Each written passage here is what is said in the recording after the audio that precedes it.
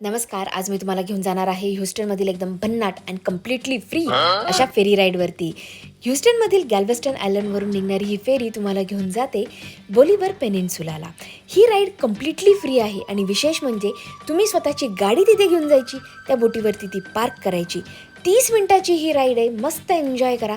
भरपूर डॉल्फिन तुम्हाला बघायला मिळतात आणि ज्यावेळेस तुम्ही त्या आयलंडवरती जाता, बॉलिव्हर पेनिन्सुला हे एक हिस्टॉरिक प्लेस आहे. तिथे वेगवेगळे बीच आहेत, पार्क आहेत.